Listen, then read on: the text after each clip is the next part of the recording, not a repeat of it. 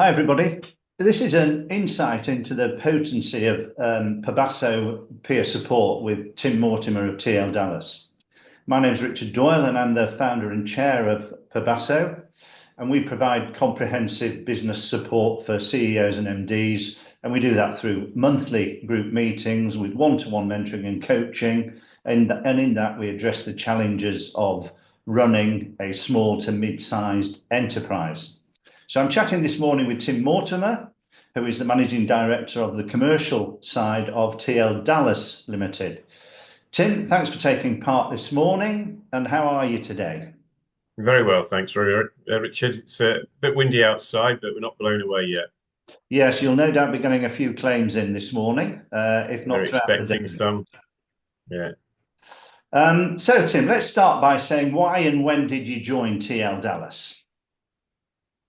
Okay. Hello, everyone. Yeah, I joined TL Dallas in March 2020, actually, 3 weeks prior to lockdown, COVID times, and then a year at home working towards understanding the business, planning changes, structural and otherwise, and starting to implement, which was quite a challenge given that I wasn't actually in the office. So 4 or 5 years ago, Richard. Yeah, yeah, good. So, what does first off, what do TL Dallas do? I know you do a number of things, but if you could tell us, if you could focus on what you do particularly, what your division does, Tim. Yeah, so I have responsibility for the commercial insurance part of TR Dallas. We have 15 offices doing commercial insurance up and down the country, from stretching from Shetland in the north of the UK down to our the most southern office we've got in the city. Um, I'm responsible personally for retention, sales, growth, profitably for the business, and in doing that, getting the performance out of the business. I'm visiting those 15 offices frequently, challenging, cajoling, and getting the best out of our colleagues across the business. Hmm. Sounds So like a, we sorry, carry on, Tim. we're 100-year-old independent family-owned insurance broking business, uh, offering tailor-made solutions for risks for individuals and businesses. So that's what we do. Okay, sounds very complex, as I know it is, and very challenging. Um, So could you tell us a little bit about what you've talked about 15 officers. Tell us about your specific role. You have full P&L responsibility for those officers. Yes, we have a full P&L role. I sit on group board as well to represent the commercial, the commercial area of the business. Um, Also get involved in the general running of the business overall. But I've got almost 30 years of experience in commercial insurances, having been a career insurance man. I've worked in corporate businesses as well as independent, so got quite a lot of experience in running what is a really good insurance broking business that serves local business communities up and down the country. Yeah, excellent. So Tim, you have an MBA. When I did you do do. that? When did you do that? And what stimulated you to do it? And have you found it of value in your role at TL Dallas? So I do have an MBA. I did a bachelor's degree as well, but decided to get after I also qualified my with my chartered insurance broking exams. I decided to carry on academia. Silly, I don't know whether it was, whether it was something I should have given up at the time, but I felt that a master's, an MBA in particular, was going to benefit me and benefit any business that I was going to join. Um, I did my MBA, finished it 20 years ago, a couple of decades ago now. So it's quite a long time ago, but I still find it useful, Richard. Um, the models, concepts, theories, all those sorts of things that I learnt over the 3 and a bit years that I studied for the MBA. Marry that with my experience across 30 years of running businesses, it really was a very useful thing to do and has benefited me and the businesses I've worked for. something I would say is that all the theories and concepts and all those sorts of things that I learned then, they're always thrown a bit by when you chuck some human behavior in there, and the theories go out the window. Good. So it was worthwhile doing, Tim. Very much so, yes. Yeah, yeah. So moving on to Pabasso, were you looking for some outside support when we were recommended to you?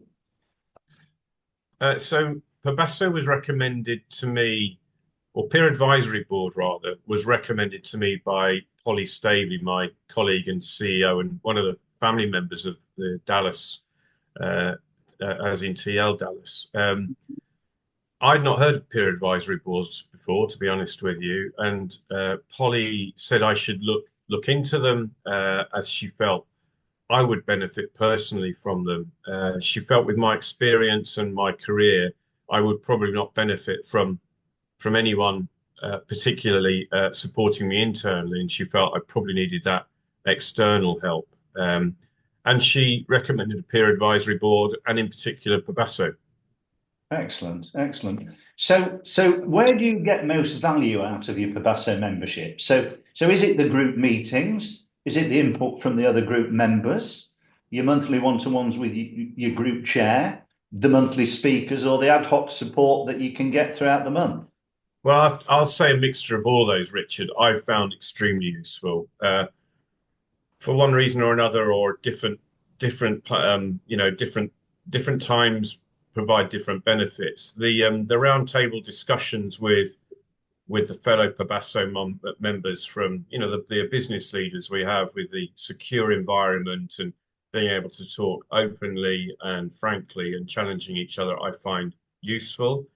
But the most useful is the one-to-one with you, Richard. Um, your life experiences, your work experiences, your frankness, your tellings off sometimes, I find extremely useful, and I don't get that from anyone else, frankly.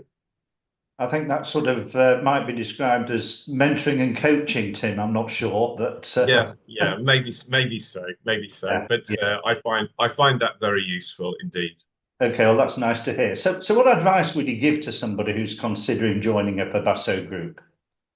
Um, Well, the thing that does it for me is I treat it as a priority in my diary. I establish the set times when the meetings are, when we have our one-to-ones, etc., and I fit my diary around those. In my experience, I think what you put in, you get out. You can't dip in and out of an advisory board. There are always people to speak to, not just you, Richard, but I talk regularly to other members when I might have a particular issue that is relevant to them, what they've experienced. Hmm. Um, I also at times the ad hoc advice I've got from you as well has been extremely useful. Um, I I came to peer advisory boards following uh, coaching sessions, management coaching sessions, leadership sessions, and that was great. That was really good. But I wanted something to progress into life experiences, actual challenges that people are experiencing, sharing those, hearing advice, just being able to consult with people. And I wasn't getting that from management coaching. Hmm. And this I felt was a natural progression. And I think it's been just that really. Excellent. It's great that members do interact with each other, not only in the group meetings, the monthly group meetings, but outside the group and exchange ideas and seek support, etc. So, what has been your biggest achievement since joining TL Dallas, Tim? Okay, so I've been at Dallas maybe almost 5 years in coming up in March now Hmm. actually. Hmm. Hmm. My biggest achievement I think has been the year on year double digit growth that we've seen from organic and acquisitive activity in those 4.5 years. Hmm. I particularly like the way we've done it. I like the way that we've done this in a strong and robust way with good quality, hard work, implementing good structures and behaviors. We've seen successful succession planning. We've seen career progression for everybody, or a lot of people in the business, with great staff feedback from our staff questionnaires too. So, yeah, the growth, but bringing everyone along with us has been, I think, a great achievement. Yeah, fantastic. So finally, Tim, what do you do to relax? What hobbies do you have? I believe you Hobby. support Charlton Athletic, don't you? So when I get the chance to do any hobbies, I am an obsessive Charlton Athletic fan. Originally from London.